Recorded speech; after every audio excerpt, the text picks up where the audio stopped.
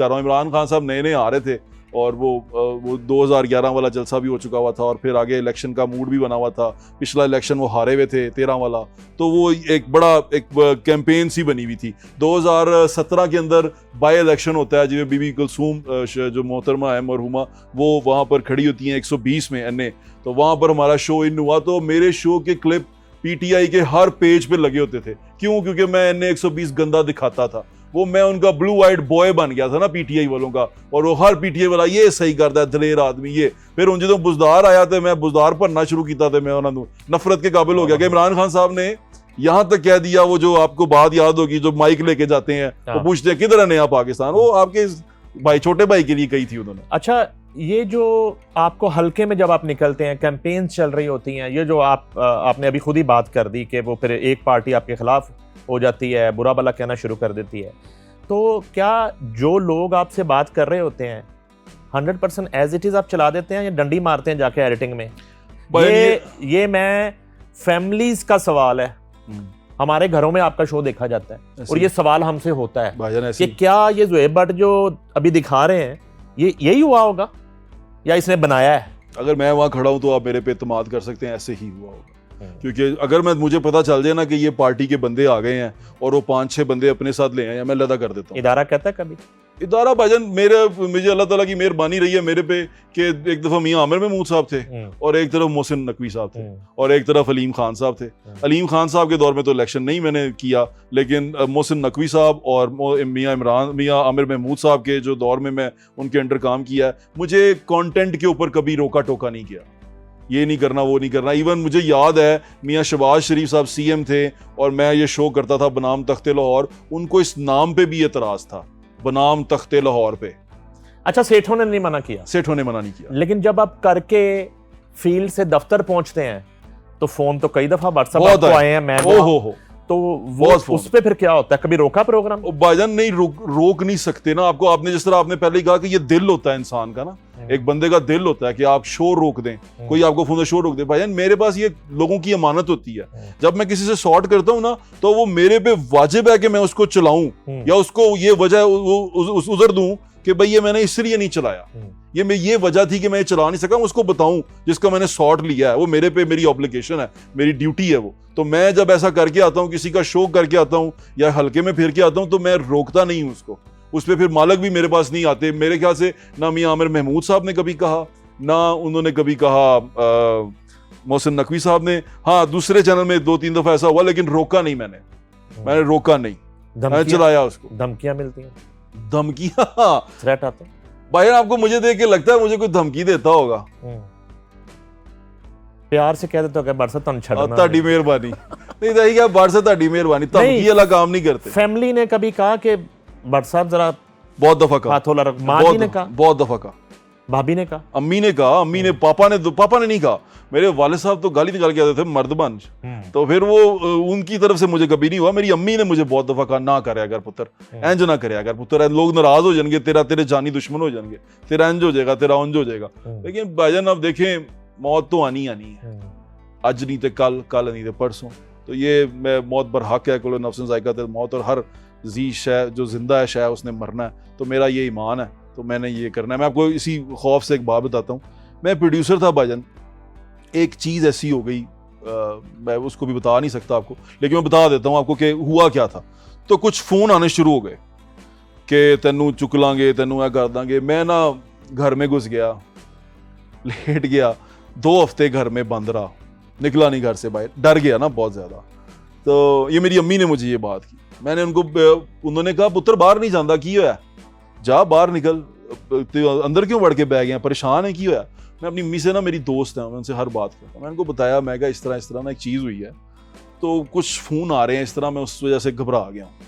उन्होंने कहा कि पुत्र दे, तू घर रहे हैं, नहाना पे हैं या कितने बाथरूम या पौड़ियाँ उतरना पे, तू डिग गया है, इत्थे तेरी मौत हो जाती है, ते खत्म हो गई कहानी। ते तेरी मौत जिथे भी है ना, तेनू आनी है। तू मौत के डर तो लुक ना, तू मौत के डर तो घर ना वड़ के बह। भाईजान वो बात जब मैंने अपनी माँ की सुनी, फिर मैं निकल गया, शेर हो गया। हाँ, मैं कहा फिर देखी जाएगी।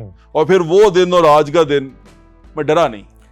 आपको कभी किसी ने ये बात कही है मेरे अलावा कि आप एंकर से ज्यादा अच्छे एक्टर भी हैं, कभी कहा है किसी को, किसी ने आपको?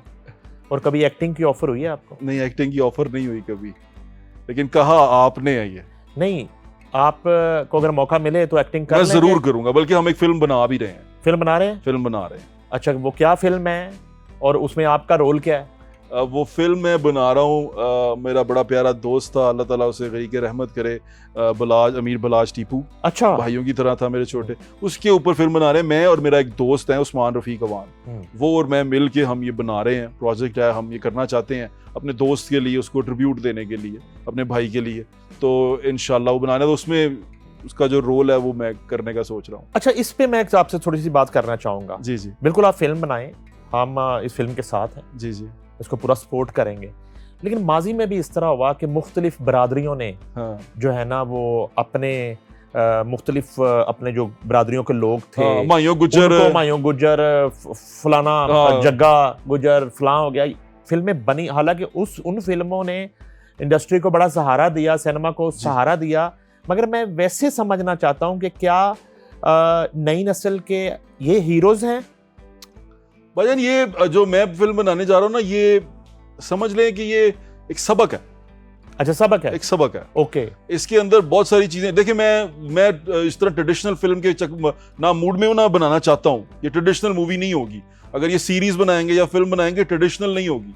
इसके अंदर बहुत सारे एलिमेंट हैं। वो एक बेटा था, एक बाप था, एक दोस्त था, एक भाई था, वो एक शौहर था, उसके बहुत सारे किरदार हैं। उसके अलावा उसके कंधों पे बहुत सारी जिम्मेदारियां भी थी, एक खानदानी दुश्मनी भी थी। अमीर बलाज बदमाश था? बदमाश नहीं था, शरीफ आदमी था। शरीफ आदमी था वो देखें, बच्चा था, 30 years of his age, बच्चा था वो। एक अपनी उसमें 30 ईयर में फौत हुआ ना। उसकी क्या क्वालिफिकेशन क्या थी, एजुकेशन? बाहर से पढ़ के आया था, बिजनेस पढ़ के आया था वो बाहर से। अच्छा, बाहर से पढ़ा हुआ था, फॉरेन एजुकेटेड था, अच्छा बच्चा था भाई। लेकिन वो पता नहीं किस तरह इन चीजों की, देखें एक आपकी फैमिली है ना, एक पीछे उसका दादा कत्ल हुआ है, उसका बाप कत्ल हुआ है, उसकी पूरी फैमिली हिस्ट्री है। वो एक जंग में पैदा हुआ है, जंग में पैदा हुआ है वो।